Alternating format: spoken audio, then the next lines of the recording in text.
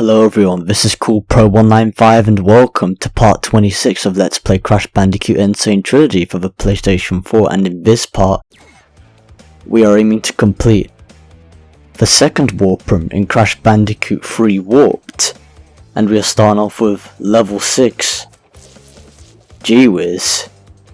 And as a matter of fact, in this part, this is the part where we start to look for, where we start to earn the hidden trophies, which are located in 2 of these levels. Well, the current 2 ones that we can only go for right now at this point are located in 2 levels in this warp room, and that's level 6 Gee Whiz and level 9 Tomb Time.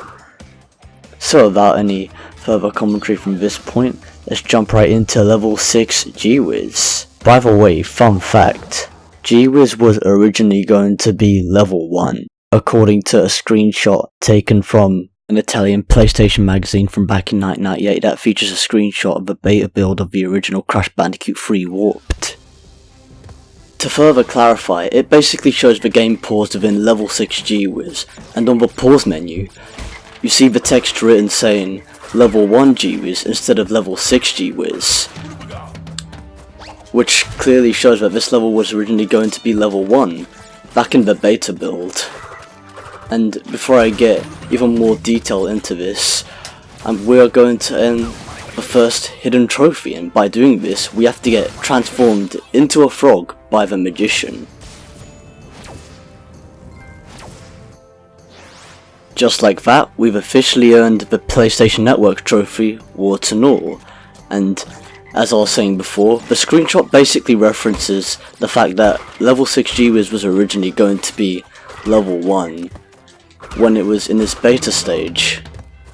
And interestingly enough, another interesting fact is that in the final version of the original Crash 3, the entrance portal actually shows a screenshot of the original, of how the level was originally going to be. And yeah, with this magician, after you beat him in the AAA remaster, thanks to the physics, you can do whatever you can with basically all the assets that are connected to him, like his hat and his staff, which is, you know, a funny, interesting difference within this AAA remastered build.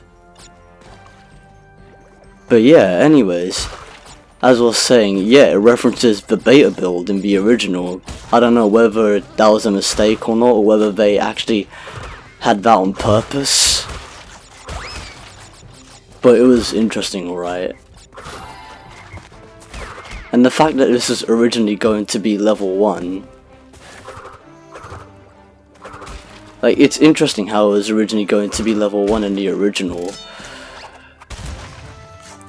It makes you think, like, what they basically would have done, like, during the development, whether they moved the level, they copied and pasted, whether it was a copy-paste amend job, like in the original, and moved it to level 1, or whether they just used the grounds off level 1 and copied and pasted it to the level 6 placement. It makes sense due to the level 6 difficulty.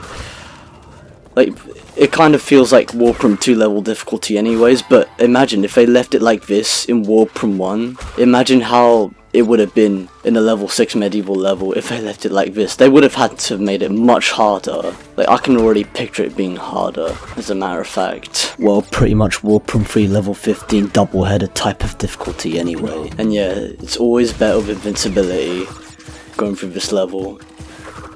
But this level alone actually saw quite a number of revisions compared to the others. It went through like 3 revisions in the final stage. Oh yeah, and there's that frog. By the way, this is a suicidal frog, as you're gonna see. He's gonna commit suicide into that nitro crate, as you've just seen.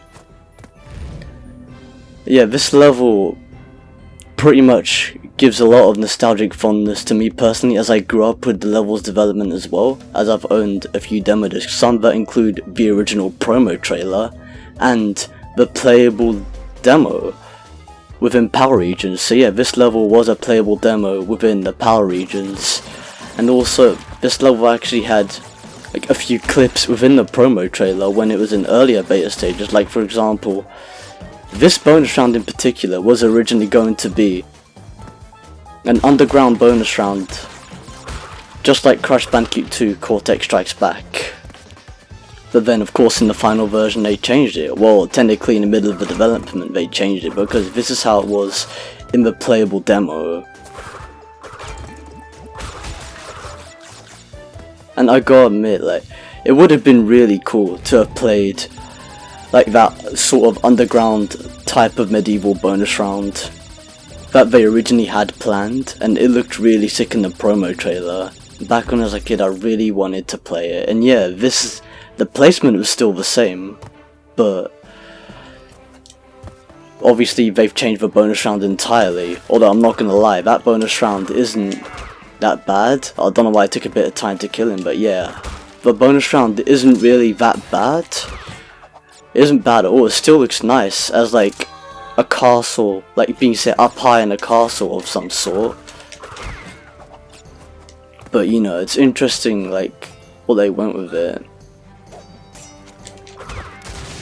And there we go. Oh yeah, another thing about the bonus round is that they could have made, like, it looked futuristic at the same time as medieval, but you know, just going into, I understand why they changed it. It wouldn't have made sense to go underground and then go into a medieval stage.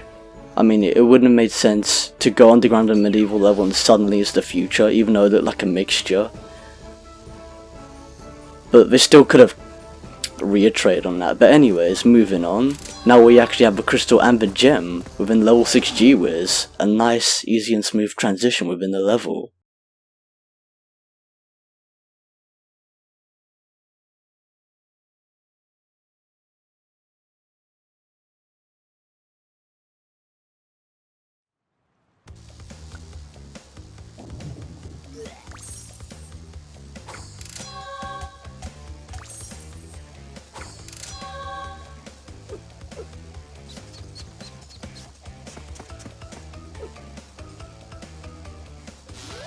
Okay, so now that leaves us with 6 crystals, 6 gems and 3 platinum relics, with 16% complete into the game. So now moving on to level 7, Hang 'em High, which is the first Arabian level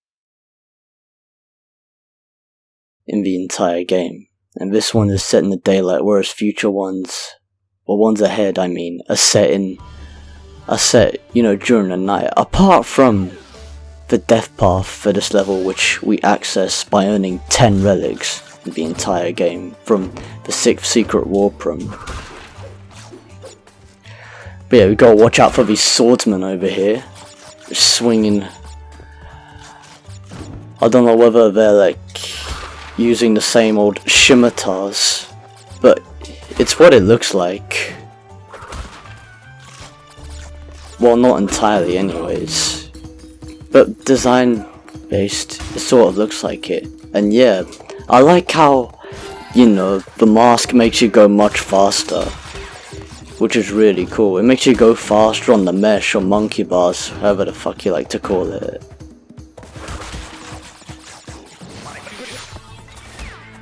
Okay, that was close. But I like how they recreated the music for the Arabian levels as well. But although like some of it does feel quite stripped, because I'm just used to hearing like all these like instruments. Like it's missing the percussion from the music, but level design wise it looks amazing, and it was a nice recreation, and they actually used actual Arabic instruments this time. So yeah, now collecting the crystal and going into the bonus round. But this is a relatively easy level, and it's a piss easy bonus round as well.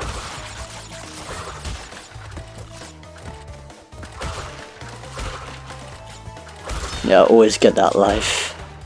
And I like how the music sounds.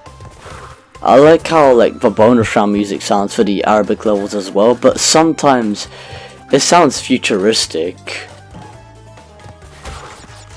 But yeah, by the way, yeah, that roulette crate does turn into a TNT crate, so you would need it to turn into a TNT crate in order to trigger this off, in order to smash this, and then break those boxes, but with a slide spinning jump, it's not 100% necessary, but for those who don't know how to do the slide spinning jump trick, it's useful that you use the TNT roulette crate method.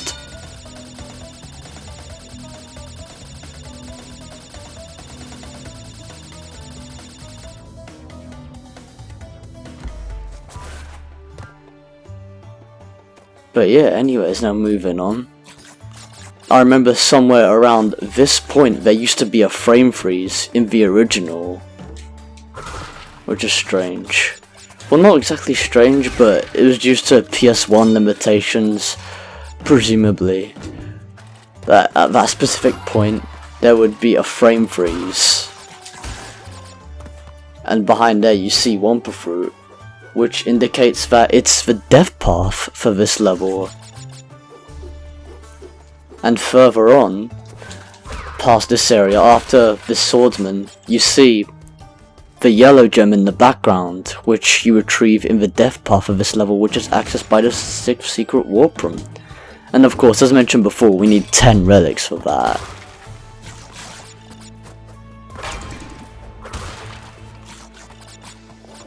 Oh great. I was gonna say, like, I hope I didn't miss those boxes that were in the bonus round, but hey, we got the crystal and the gem. For level 7, hang 'em high.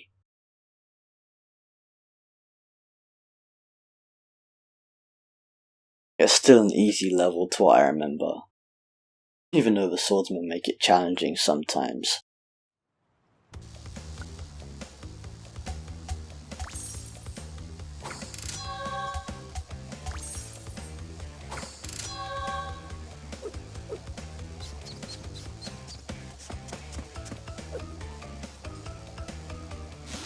Right now that's level 7 hang 'em high complete, leaving us with 7 crystals, 7 gems, and 3 platinum relics.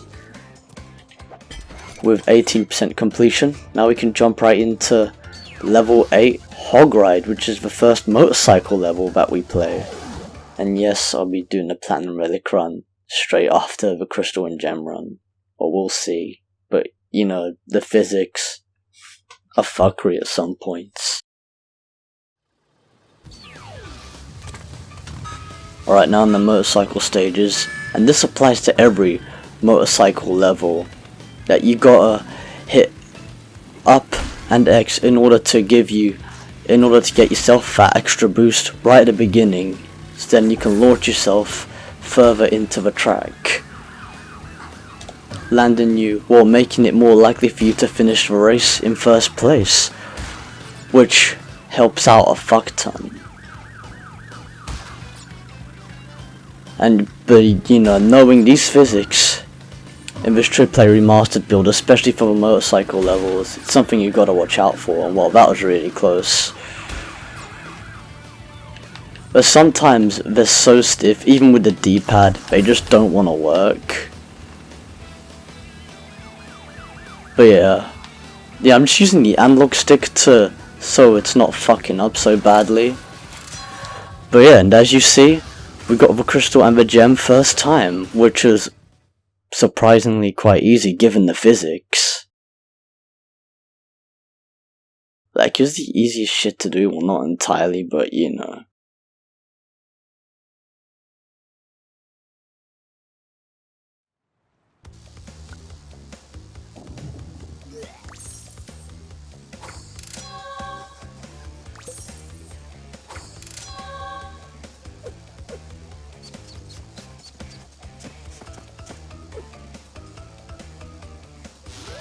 But yeah, so basically you have to get in first place to earn a crystal in these motorcycle levels. And as you can see, I now have the crystal and the gem for Hog Ride, which is intense. But anyways, now moving on to the time trial of this level. The target time for Sapphire Relic in Hog Ride is 48 seconds. However, we're going for a platinum relic, so to recap, the target time for a sapphire relic is 48 seconds, for a gold relic it's 44 seconds and 43 milliseconds, and for a platinum relic it's 38 seconds and 6 milliseconds. So let's jump right into Hog Ride for the platinum relic run. G'day, mates. Dingle Dial's the name, and Uka and Cortex gave me orders to bring the crystals to them during the Ice Ages. So give me the goods and shove off, or I'll roast yous.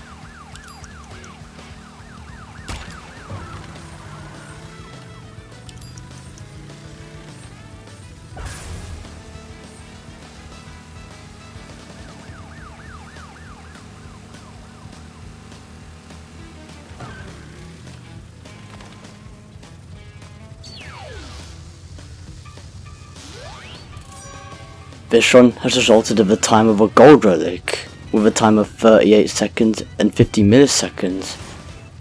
And this is a very close platinum, to be completely honest, and it's been taking a lot of tries to get it, but no matter how long it takes, I will get this platinum.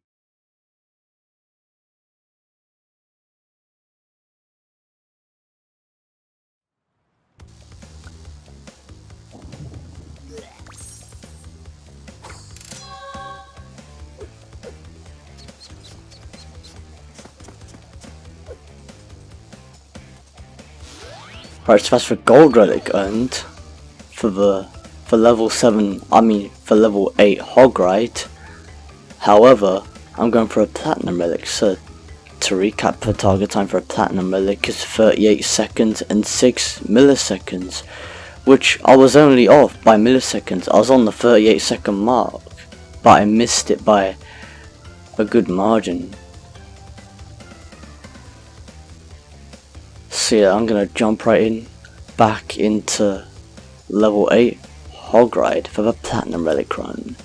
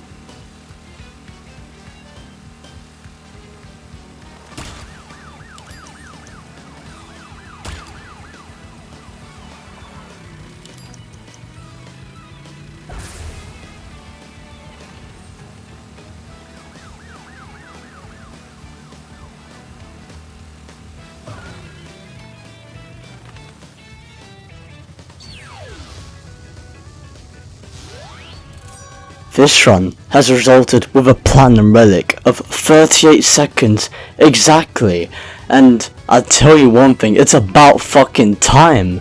I actually completed this run because I gotta say, out of all the runs that I've done so far, out of all the ones that have been such bitches to me in the past in this let's play, this one fucking takes the piss. This one is like the killer on top of all those past killers in this LP.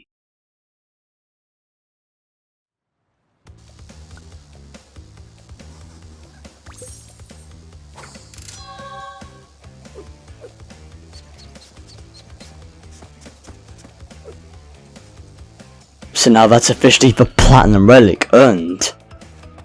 in level 8, Hog Ride, which leaves us with 8 crystals, 8 gems, and 4 platinum relics in total.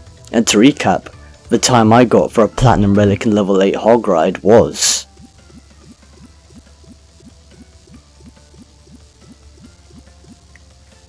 38 seconds exactly. I was 6 milliseconds past the mark. 6 milliseconds past the 38 second mark.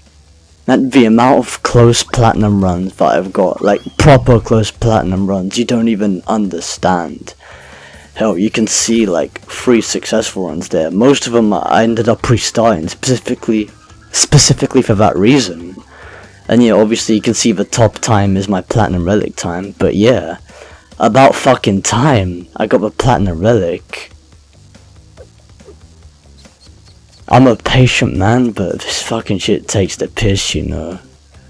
I mean, that run, the platinum relic in this level, I gotta say, from experience, is near impossible in this AAA remastered build of Crash Bandicoot 3 Warped, and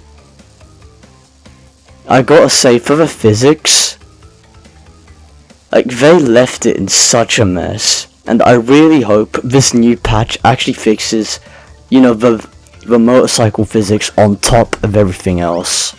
I really hope it fixes the delay in the vehicle controls and everything, because this took the fucking piss, and it really doesn't help the situation when it comes to doing a let's play as well. But anyways, that's that finally out of the way.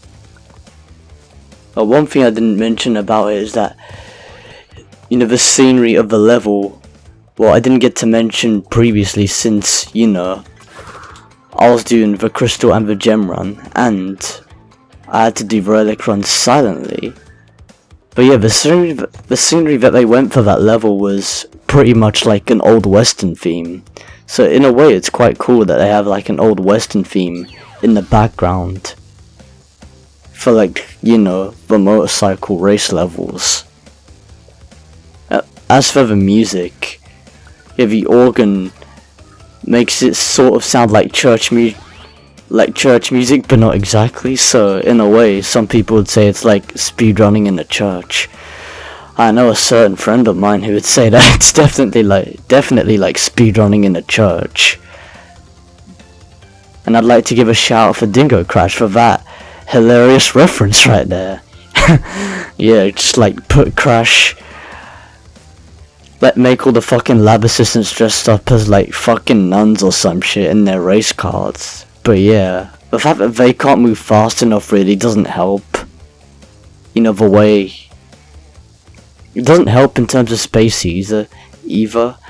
And what's funny is that the playing field, Crash Bandicoot and Sane Trilogy, has a wider draw distance, but at the same time in the original, it feels like there's more space to move. But I think that must be a placebo effect due to the physics that they've implemented, because if the physics were exactly like the original, I would have had virtually no problems, or at least somewhere close. Just the odd few problems, but not as much as this. Because let me tell you, it took roughly 3 hours. Roughly 3 hours to get this fucking platinum relic. And that really takes the piss. It shows they left it in a mess. But anyways, finally that's enough of Hog Ride. We can finally move on to the next level of this part. The next level we're starting off is level 9 Tomb Time. So let's jump right into level 9 Tomb Time for Crash in the second warp room.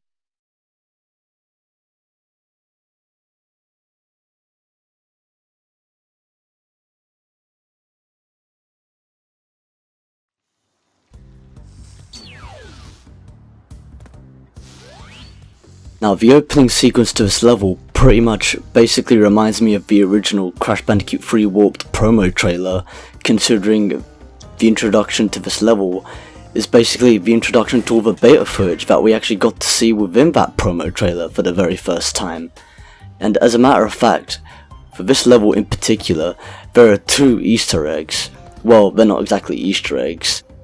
Well, you can call them Easter eggs if you like, but essentially what they are is, they're Easter egg based hidden PSN trophies, and there's 2 of them within this level. The first one which, you know, we encounter within this level, well, not exactly encounter, but the first one that occurs in this level requires the bazooka in order to be fired, in order to fire Wumpa Fruit at the Cortex Tutankhamun's head. And that Easter egg gives us an extra life on top of the hidden PSN trophy that we get later on in the level. But of course we don't earn the bazooka power up until defeating Engine, the 4th boss fight. So yeah, that's ages away, but considering we initially came here for the first hidden trophy, we might as well make our journey to there. Anyways, I'm really liking the attention to detail that they put in to remastering the Egyptian levels, like the ancient Egyptian levels, especially inside the tomb, with the sand falling down from the ceiling, along with sand being scattered all over the floor. Instead of just being outside of the tomb, it's actually inside the tomb, which is like, you know, such great attention to detail. And as you can see, the tar actually looks like actual tar now. It doesn't look like oil like it did in the PlayStation 1 version. And yes, how can we forget these platforms, these beetle platforms that fall down, while like those Neo platforms that say Neo actually stay up. Yeah, for those of you who've played the originals, such as myself, that is some nostalgic fondness right there. Well, I can't speak for everyone, but you know. Anyways, yeah, entering the bonus round. I know it's pointless entering considering there are hidden boxes in the death path, but it's still useful to get more, you know, extra Wumpa Fruit and lives and stuff. And here we are hearing the bonus round music, the AAA remastered bonus round music for the ancient Egyptian levels, and the first time I've ever heard it was in the level 20 Tomb Raider preview that we saw from back in, you know, from before the time of E3 2017.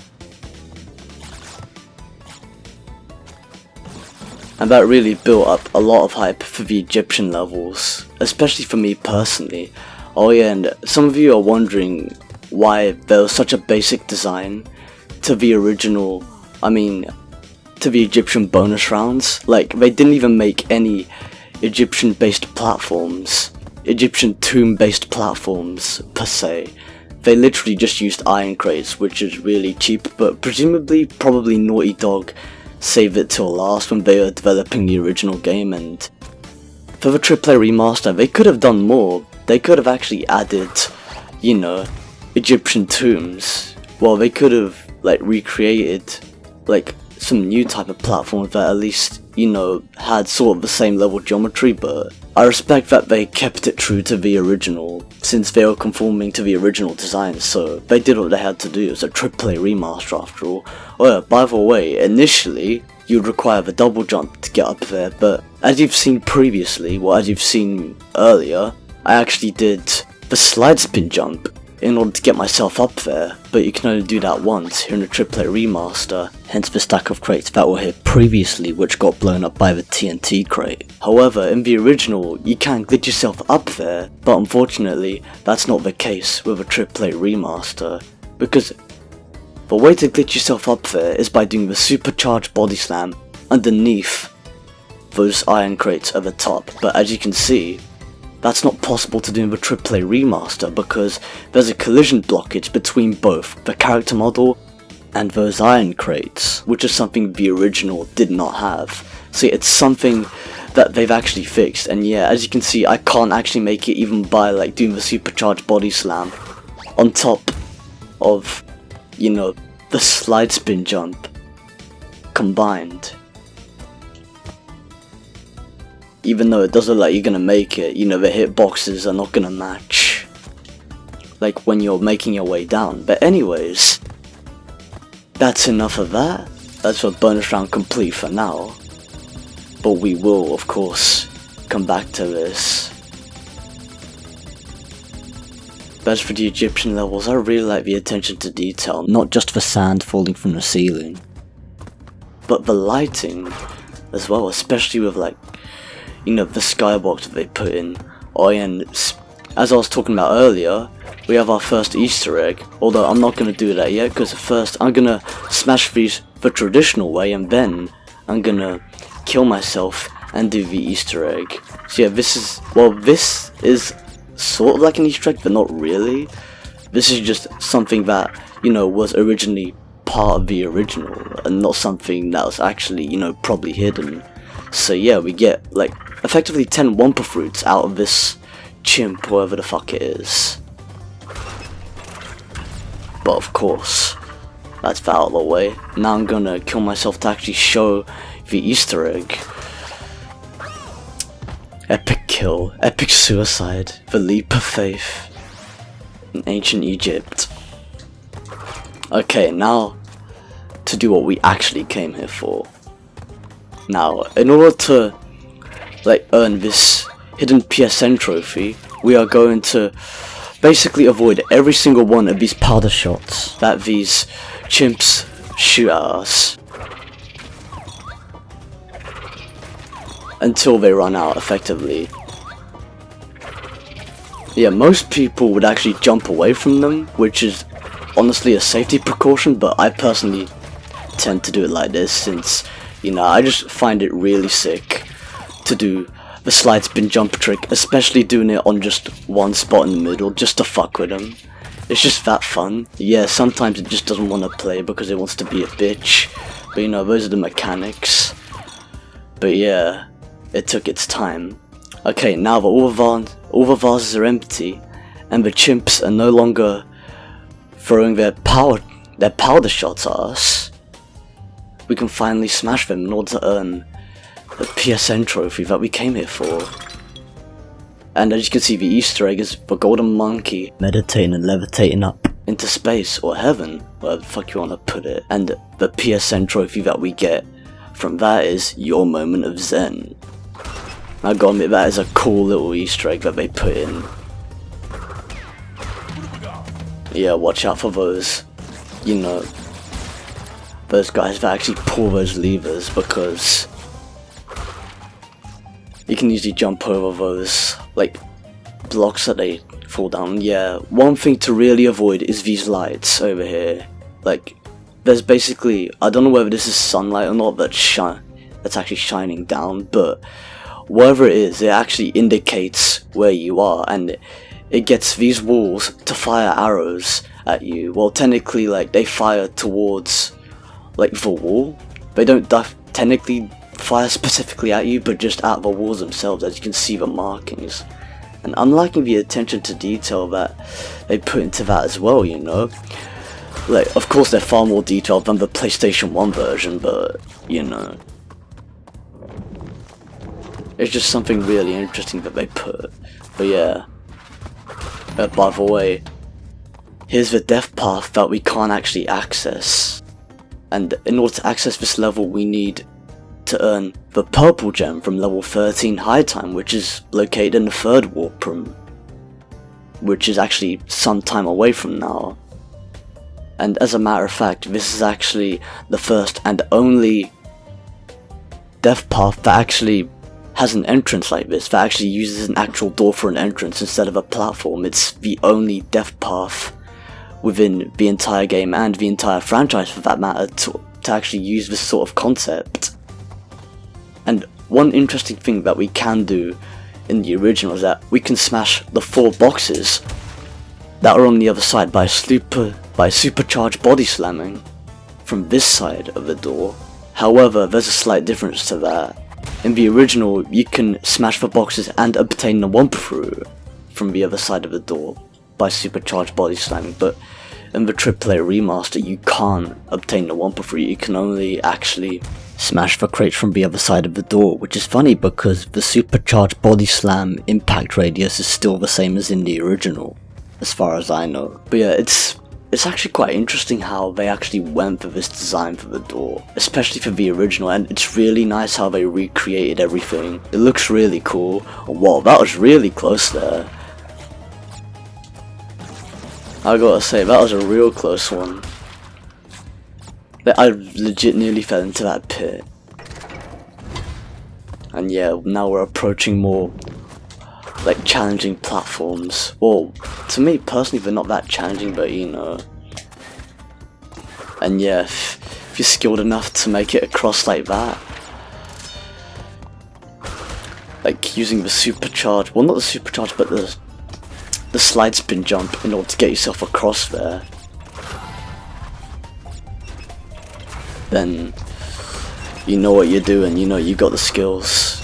I know the game's mechanics, so like you won't have to basically wait in order to get yourself across that area, but you know, but if you want to wait, you know, that's just a safety precaution. And yeah, I don't know whether those lab assistants actually got, you know, the flamethrower from, since I wouldn't know where flamethrowers come from back in ancient Egypt. But you know, oh yeah, by the way, this platform over here actually represents the end of the death path, which of course, as mentioned previously, can only be accessed if we have already obtained the purple gem from level 13 high time.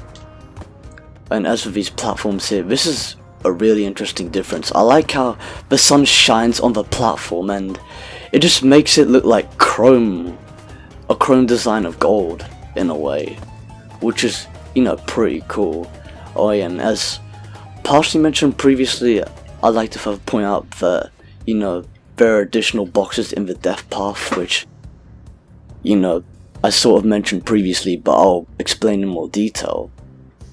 But yeah, the reason why we only have 78 boxes instead of 95 boxes as of now is because there are hidden boxes within the death path of this level, so because of that we'll have to backtrack after obtaining the purple gem.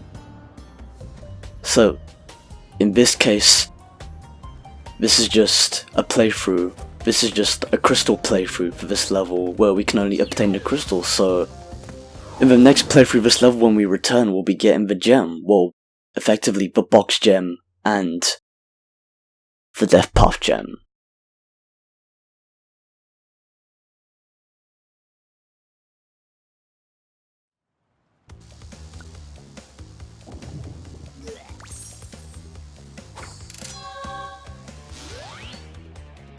Okay, so now that's officially the crystal collected for level 9 Tomb Time, which leaves us with 9 crystals, 8 gems and 4 platinum relics, so nearly on the magic 5 for the relics to unlock our first secret level in the game, in the 6th secret warp room. Now, jumping into the second and last Coco Pura dashing level in Crash Bandicoot 3 Warped, level 10 Midnight Run.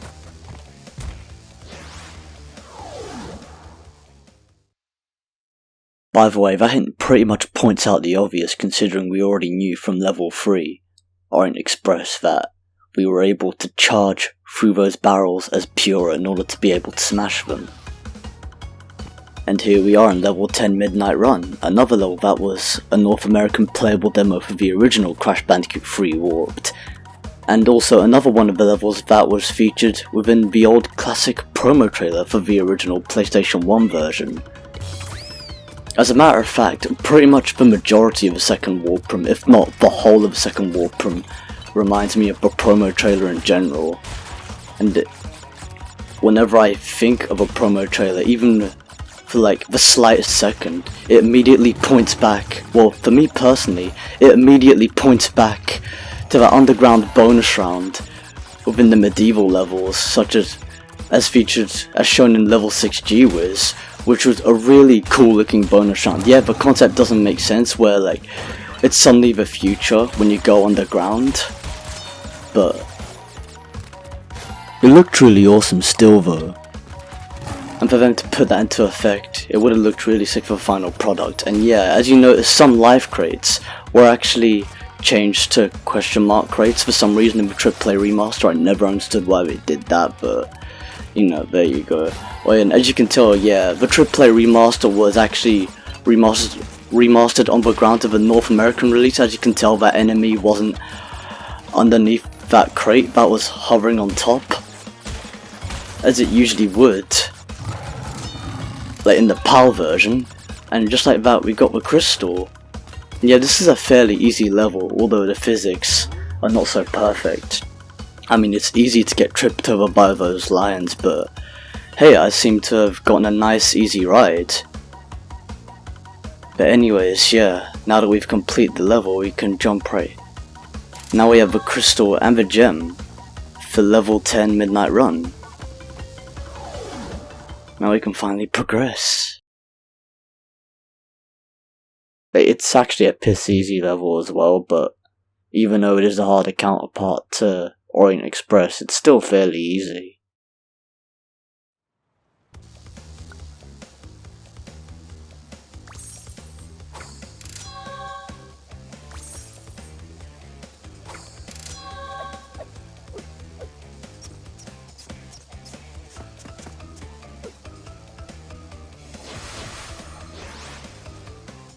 Alright, so now officially we would go for the Platinum Relic run, but obviously now we have no choice but to face the next boss fight, which is Dingodile, which is the second boss fight in the entire game. So let's jump right into the Dingodile boss fight. Right, now you've gone and done it. Them crystals are mine.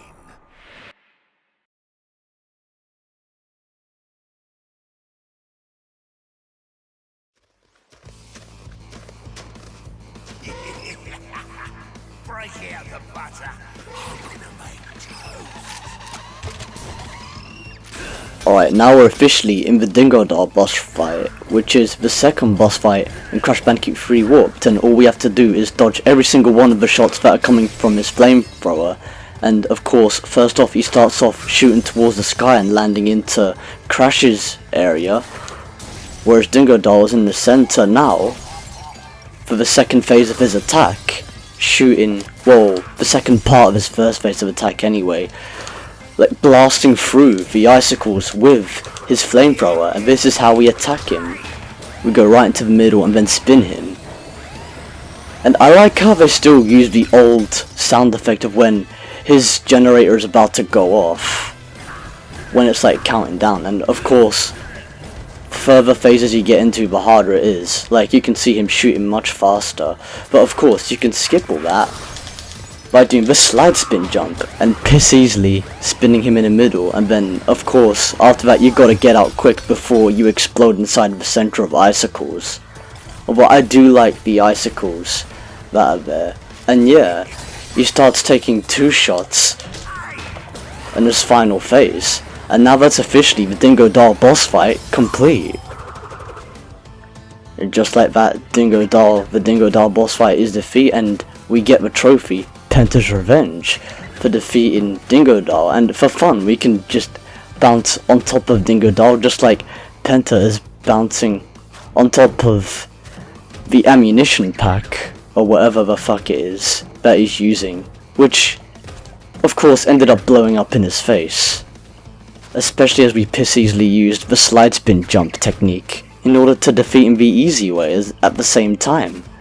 But yeah, now we officially have the double jump power up, which is the second power up we earn in Crash Bandicoot 3 Warped for defeating Dingodile, the second boss fight. So yeah, and then it says double jump. To jump twice as high, press X button to jump, and then press X button again at the top of the jump. Alright, so now, as you can see, we officially have the double jump power up. Like we have, as you can see, and now it's even more fun to be bouncing on his jetpack or whatever the fuck it is. Well, not jetpack, but his flamethrower ammunition pack. Right at the end of a boss fight, along with Penta. But anyways, let's jump right into the portal. Back to the warp room or time twister. Whatever you prefer.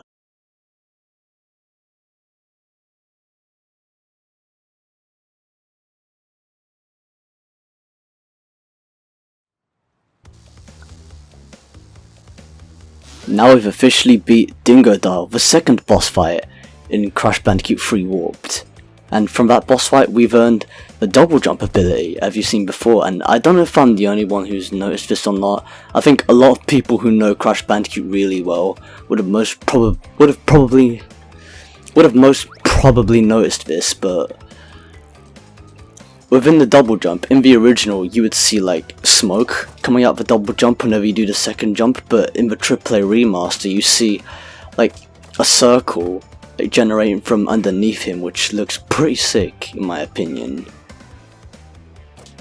Not to mention, like, you see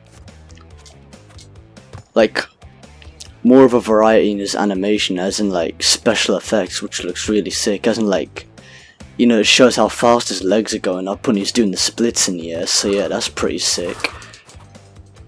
And yeah, it's really helpful that you can actually do it on top of a slide spin jump as well, or a slide jump spin, however you want to put it.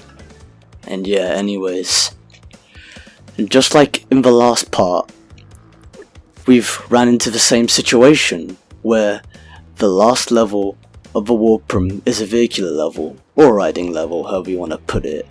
And considering, as you already know, as I've previously mentioned, that I'm already aiming to get all the platinum relics of the vehicular levels out of the way before we get, you know, the speed shoes for doing the platinum relics for the platforming levels.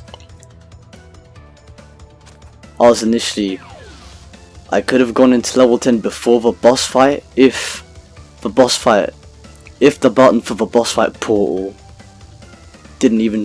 wasn't the only button that showed up at the time, but of course it was the same situation that we ran into, so it's something we can't help, it's just the game's physics. But yeah, if it was a platforming level, it would have been a different story, it would have been a different situation. But yeah, anyways, enough of that. So yeah, next up we'll be doing the Platinum Relic run for level 10 Midnight Run. The target time for a Sapphire Relic in level 10 Midnight Run is 51 seconds. However, we're going for a Platinum Relic, so to recap, the target time for a Sapphire Relic is 51 seconds, for a Gold Relic it's 38 seconds and 23 milliseconds, and for a Platinum Relic it's 18 seconds and 20 milliseconds. So let's jump right into level 10 Midnight Run for a Platinum Relic run.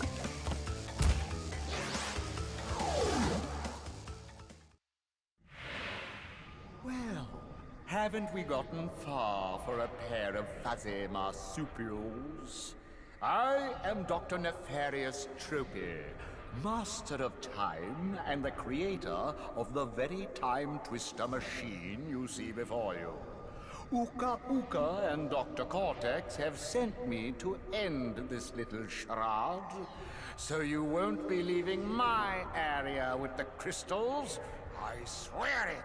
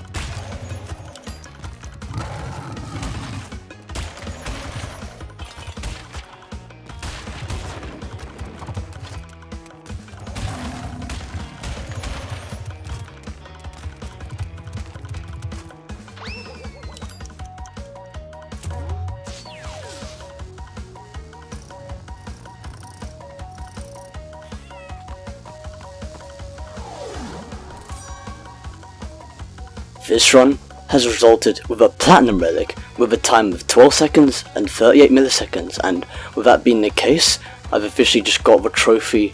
Buckle up boys, buckle up. And yeah, considering it's been a long time since, you know, I've actually recorded even a section of a part, let alone a part, of course I'm gonna have to re-enter my time. So yeah, my time was 12 minutes and 38 seconds, which is actually a really decent time, I gotta say.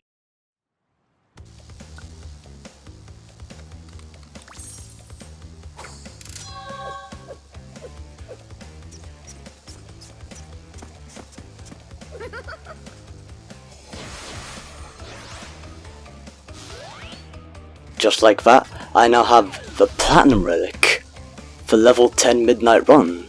And to recap, the time I got for my Platinum Relic run in level 10 Midnight Run was 12 seconds and 38 milliseconds, which is a really decent time considering the time limit. Plus, I gotta say, especially for the amount of runs that I've, the amount of attempts that I put into this, that I had to go through, it was a really good achievement, and I seem to have beaten a lot of people's times for what it's worth. I mean, yeah, it's somewhat close to the world record, but I know that the world record is still, like, a good portion away, so... But of course, for the Let's Play, I'm not aiming for world records. I'm just aiming for Platinum Relics, as that's the objective of the Let's Play. By the way, some funny things happened during some of the attempts that were unsuccessful for this run. Such as, glitches and all that shit. Like, for example, when I restarted the level, or just restarted the time trial in general, like, even when I disappeared prior to landing on the ground and even touching a box, I was like seconds away from that, like 1 or 2 seconds give or take. Or maybe even 3 seconds for that matter. And the box still broke, as if the character was like, invisible. Like, the model didn't technically disappear, it just went invisible. It was just an animation that played in order to disguise that. Like, I clocked that. That's a funny way to disguise invincibility of programming. Like, it makes you think that the character model disappeared when it hasn't. Like, Coco and Pura just turned invisible. Yeah, so it's funny how that happened. And something really fucked up happened, like that box. I can't remember whether it was a 2-second crate or not. I think it was a 2-second crate, but it was that first crate that was on the top right, which is like way up high. Like, at some point, even though I went into it, like, it played the wrong type of collision event. Like, the box didn't smash, I just slid right past it for whatever fucking reason, to the physics being all fucked up and all that shit.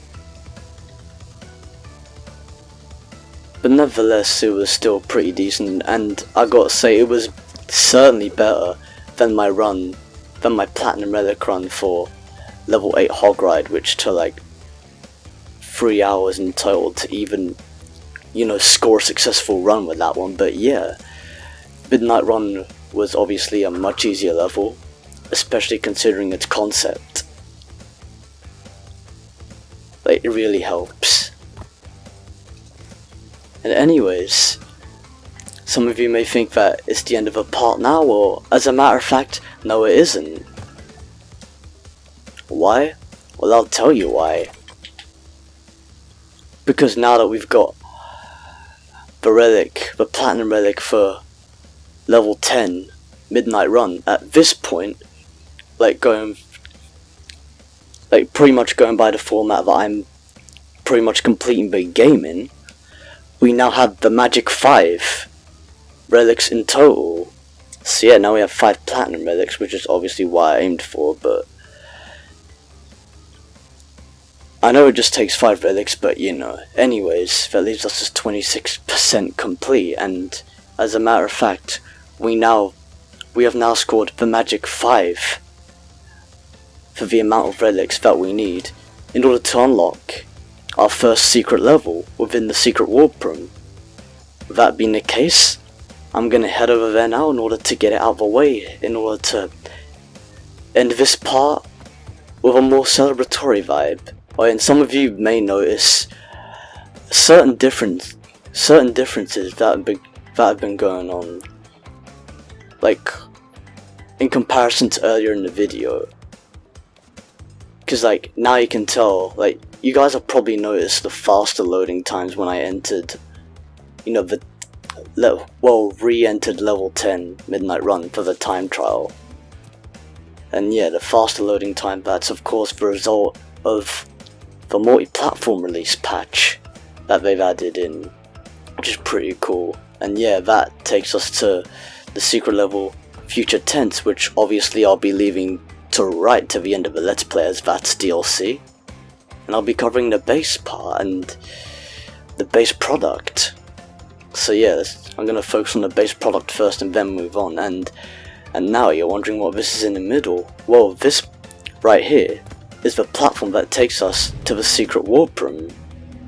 And yeah, one interesting difference is that in the original it will take you above the save load screen and then into the secret warp room. However, in the AAA remaster you actually go down into the center of a warp room instead of above. I'd never understood why they did that, but in a way it also works. I don't know, maybe they just wanted to get creative and differentiate. And I'm liking the look of the secret warp room as well. It looks really sick. I like the color palette it has and also the background. It looks far more red than I remember. Because in the original I remember it looking brighter. Now it looks like more crimson or ruby in the background, or wherever it is. You see all these lab assistants being dressed up for like a specific era in order to be sent back to, like, one dressed up as an Egyptian mummy in order to be sent back to ancient Egypt, and one dressed up as like a medieval townsman or whatever the fuck it is, in order to be sent back to, to the medieval era, and so forth. And our first level that we've unlocked is level 26 Ski Crazed, which required 5 relics, and every 5 relics we collect within the game unlocks a secret level. So yeah, that's pretty much how the system works. And some of these, just like in Crash Bandicoot 2 Cortex Strikes Back, some of these are actually secret death path entrances to levels that are already, to main levels that are already down in the main portion of the warp room. So yeah, this is the secret warp room that has all the secret levels and death path entrances.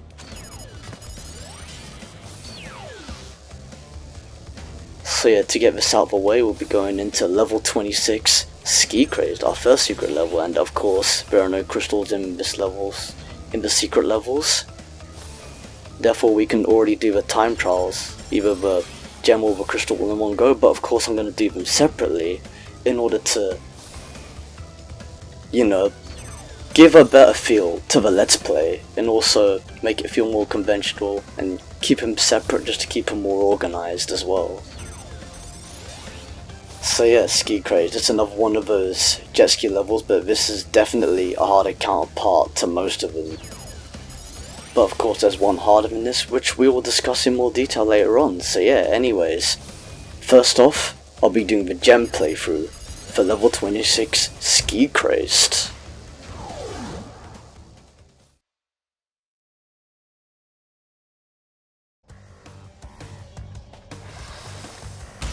Okay, here we are in level 26 Ski Crazed, and as you can see it takes a much darker approach in terms of atmosphere. And yeah, and since I'm not doing the time trial now, I'm just gonna play the level calmly. And just, you know, make space for commentary too, since, you know, there's no rush. I'm trying to remember whether there are boxes back there. No, there's not. Already collected them, okay, good. But yeah, I like the sunset sort of atmosphere that they've added to these levels. However, that does not change the physics. Of course, the physics are still crazy. Although, interestingly enough, like in the patch itself, well, technically, this is like, we're now a few patches in, considering now the game actually shows the trailer of, actually gives you the option to view the trailer for Crash Team Racing Nitro Fueled at pretty much the game selection screen, which is pretty cool. And basically, like, what they've done, they've actually fixed a few things in terms of gameplay, in terms of like the physics. I mean, it's not 100% rectified, but I've noticed that the vehicle levels in particular as well, like, they've become like somewhat tolerably easier to control using the D-pad. I've actually noticed that with, you know, the pure riding levels, I think I noticed it with the underwater levels as well, but also the pure riding levels. Well, technically the underwater levels I was also using the D-pad, since that hasn't changed much in the original release before, like a year before the patch came out. But yeah, now they actually feel better. But yeah, I've noticed it with the pure riding levels, the jet ski levels, and the motorcycle levels as well. As a matter of fact, I'm going back playing through the game, and I'm speaking also for Crash 3 specifically, is that, you know, I've been finding myself actually completing the levels like first time with pretty much little to no deaths now ever since the patch, which is quite interesting. They've actually fixed it. Of course, it's not fully rectified. The physics, they're still fucked up, but at the same time it's something they can't change. And I know that I could have mentioned this previously in the last part, but I figured I'd save some of the commentary, since, you know, there are a lot of levels to play and we'll be revisiting the same scenarios, so it's honestly no rush. And it's just worth preserving commentary to, you know, sometimes where it's needed the most, or sometimes whenever it could be useful to point out. But yeah, now for the physics, for the jet ski physics, like, they were, like, in the original release, for the AAA remaster, like, they were fucking crazy. Like, but I get that they were coming from a realistic standpoint, considering, like, in comparison to the original, like, the original wasn't able to achieve, like, you know, the realistic, you know, jet ski riding physics that the AAA remaster has achieved, specifically because of limitations. That's why the PS1, that's why the physics in the PlayStation 1 version were more tolerable. Like, it was like that due to PlayStation 1 console limitations, whereas now that those limitations are non-existent in this day and age, especially for a game made in 2017. Wow, that was close as fuck. I nearly ran into one of those mines there. But yeah, especially since for a AAA product for that matter made in 2017, they had to make the water physics like realistic. They had to make them really intense to play. That alone just proves that it's not even the fault of the developers, it's the fault of a concept. Because obviously there are new standards to meet for every new generation. Because, like, imagine if it was like that for the, if they were to make them exactly like, if they were to make the physics in Crash Bandicoot and Sane Trilogy exactly like they were in the PlayStation 1 version of Crash Bandicoot 3 Warped with the jet ski levels, the product itself will get critically panned for that due to not having realistic jet ski physics of its time. Because obviously, as previously mentioned, there are standards to meet, otherwise your product is going to get critically panned. So they had no choice but to do that, but it's good that they rectified that in this patch. And yeah, those hellish physics are pretty much something that, you know, people who have not owned Crash Bandicoot and Sane Trilogy prior to the multi-platform release date patch would even know about or even be able to experience, unless they were to install the game on a completely different PS4 that has never had Crash Bandicoot and Sane Trilogy installed on, and just cancel the update every time the game launches, because that's obviously how the system works. But of course not everyone's gonna have the time to do that, but yeah. Of course, as previously mentioned before, they were not fully rectified, specifically because, you know, of course there are standards to meet, so yeah, it doesn't surprise me that I'm still gonna find myself running into glitches, or not just glitches, but issues in general, as in, like, finding myself landing into fucking mines, as I have done, like, I don't know, 3, 4 or 5 times already in this level. But nevertheless, you know, it's something to put up with, you know, I can't really blame them considering the constraints that they had to work in. It was Activision's fault that Vicarious Visions had such a strict deadline to work with and such a low budget to work under. but it's good that it's good that Activision are now realizing that they really made a mistake, considering now that they've given a much higher budget to Beanox in order to make Crash Team Racing Nitro Fueled the best it can be, which is really decent. But yeah, physics like this, like, they are more realistic, as the ocean terrain is like moving even more up and down, especially the original. That's why you feel like, you know, you can't really keep a steady position at some points.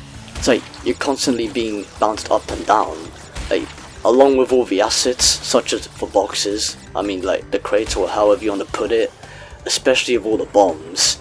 Everything is bouncing up and down, specifically because of the, you know, the realistic physics that they've added in, and for some reason I'm unable to get those two boxes at the same time. But yeah, the AAA remaster, they made it so you can literally feel the force of the ocean, as if it was, you know, a real life concept. Like, that's pretty much how it'd be real life. Take it from me, I've actually been jet skiing in real life before, so I know exactly what that's like. They'd make you like feel the fucking force of the ocean as you're playing the game. Hopefully not enough to make anyone seasick, but it wouldn't surprise me if people back in the PlayStation 1 days saw it that way, considering, you know, it's the best they could have done back then. But yeah, in this version, if they were to play it, imagine if someone time traveled all the way from 1998 to 2017 or 2018 or even hell 2019, or just pretty much any year after Crash Bandicoot and Sane Trilogy came out. Man, if they were having such trouble with the PS1 jet ski physics, which understandably they would have, it wouldn't surprise me if, you know, if like this shit would kill them. Well, not literally kill them, but you know. But yeah, it's not worth killing yourself over. But honestly, I think comparing this to the original physics, it's like the ocean is literally playing ping pong with you and you're the fucking ping pong ball. But anyways, now that's the gem playthrough complete. We have all the boxes, and that's the gem collected, so now that's the gem playthrough complete for level 26 Ski Crazed.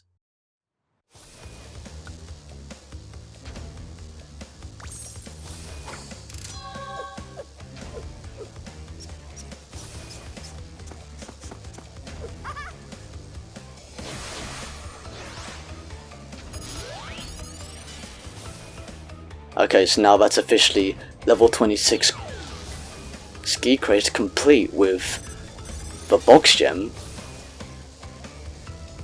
And with this being the case, since this is also a vehicular level, I shall be re-entering this for the Platinum Relic run. The target time for a Sapphire Relic in level 26 Ski Crazed is 1 minute and 19 seconds. However, we're going for a Platinum Relic. So to recap, the target time for a Sapphire Relic is 1 minute and 19 seconds, for a Gold Relic it's 53 seconds and 50 milliseconds, and for a Platinum Relic it's 36 seconds and 30 milliseconds. So let's jump right into level 26 for the Platinum Relic run.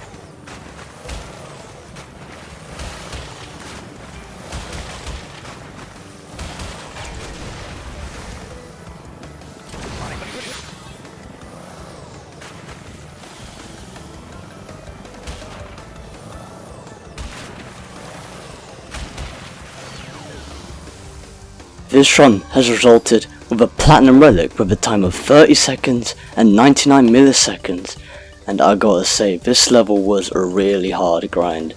I'd say pretty much almost as bad as level 8 hog ride, but you know.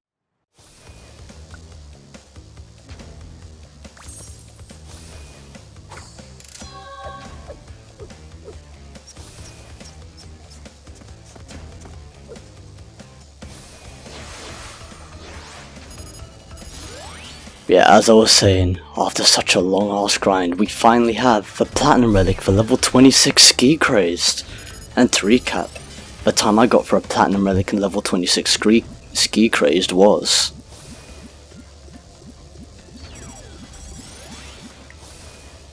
30 seconds and 99 milliseconds.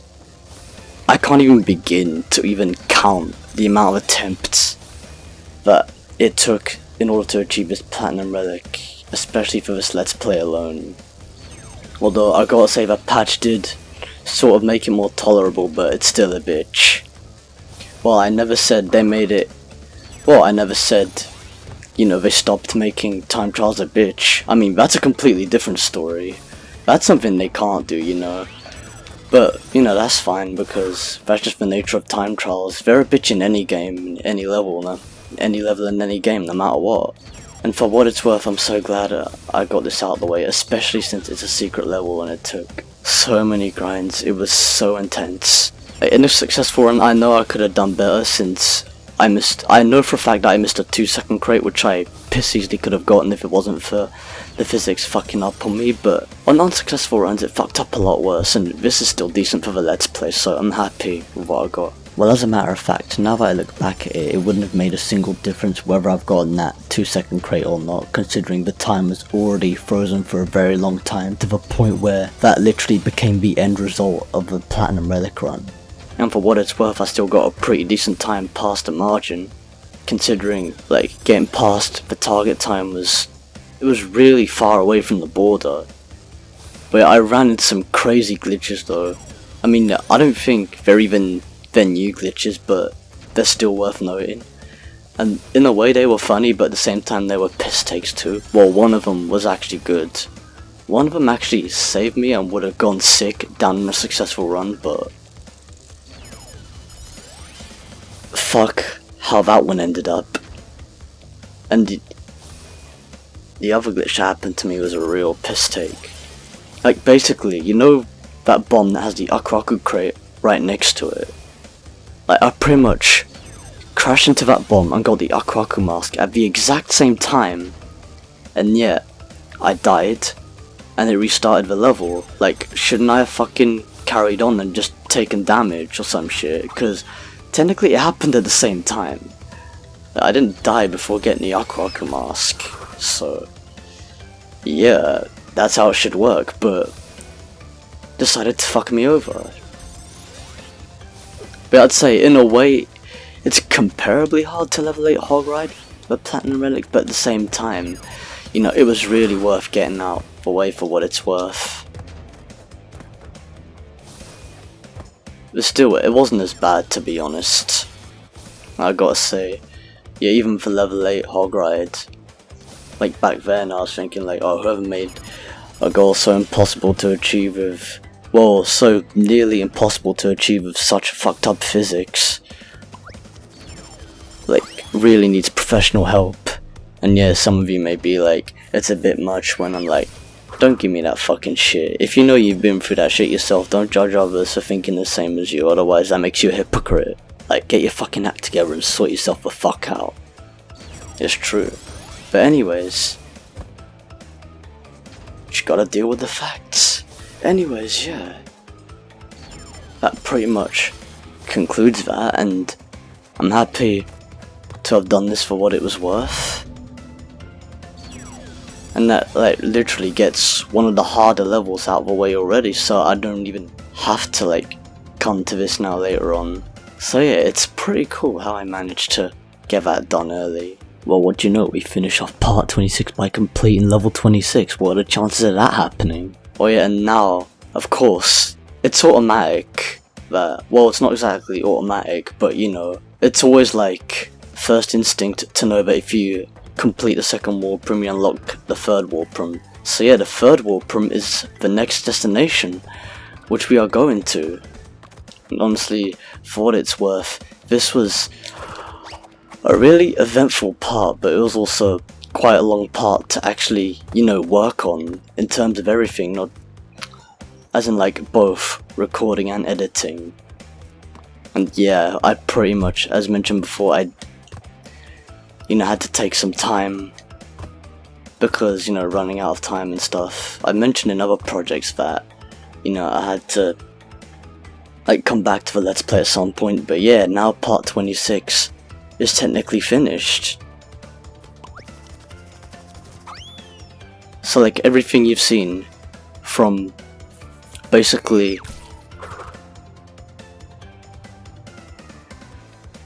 level 6 G-Wiz to the Dingodile boss fight was recorded all the way back in June 2018. And everything from the level 10 Midnight Run time trial up until this point, which is of course the end, ending with us entering the third warp room. I don't even know why I was gonna say secret warp room when I just came from there, but anyways, yeah, it's been a long day, it's been a really hard grind. But yeah, as mentioned previously, those platinum relics do fuck with you sometimes.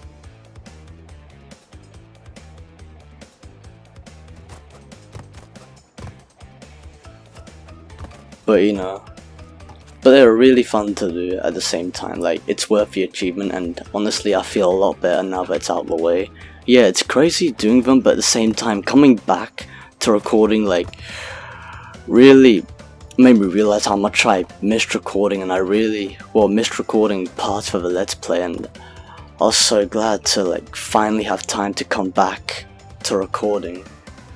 And yes, some points, some levels, as you probably know, were re-recorded, such as level 6 G-Wiz, level 9 Tomb Time, and level 10 Midnight Run.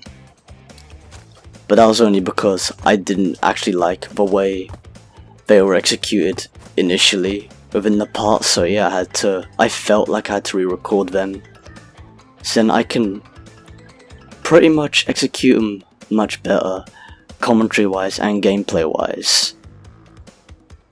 And that's how they turned out. It just took a long time to get to. But yeah, sorry to have to make the ending for this part quite long, considering this is a long part in itself. I figured you guys deserve an explanation as to know why it's taking so long to get all these parts out. Yeah, pretty much work kicked in even harder. Timing became more of a bitch in terms of having a more unconventional timetable, as it were. So yeah, but I will do my best to try and find time to record future parts from part 27 onward, which is the next part. I'm not sure whether I'll be able to record future parts of in binge recording sessions or not, but I'll see what I can do. So yeah, I'm so glad I can finally rest with part 26 now,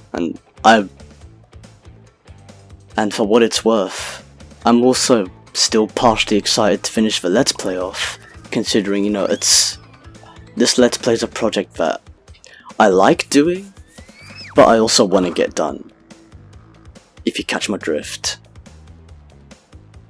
But yeah, anyways, enough of that, that's pretty much this level complete.